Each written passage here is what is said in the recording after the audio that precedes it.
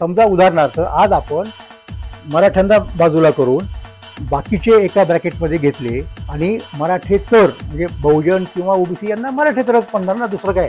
तसं जर केलं आपण तर काय परिणाम होईल त्याचा. नंतर त्या ब्रॅकेटमध्ये आज जे आहेत त्यांच्यातला एखादा म्हणजे उदाहरणार्थ माळी समाज असेल, उदाहरणार्थ वंजारी समाज असेल, उदाहरणार्थ धनगर समाज असेल, तो जर प्रबळ झाला, डुईजर झाला, तर उरलेले त्याच्या विरुद्ध एक होणार, त्याला ब्रॅकेटमधून बाहेर काढण्याचा प्रयत्न करणार आणि मग आज आपण जे मराठेतर म्हणतो उदाहरणार्थ ते कुणीतरी नंतर माळी इतर, वंजारी इतर, धनगर इतर असं होणार.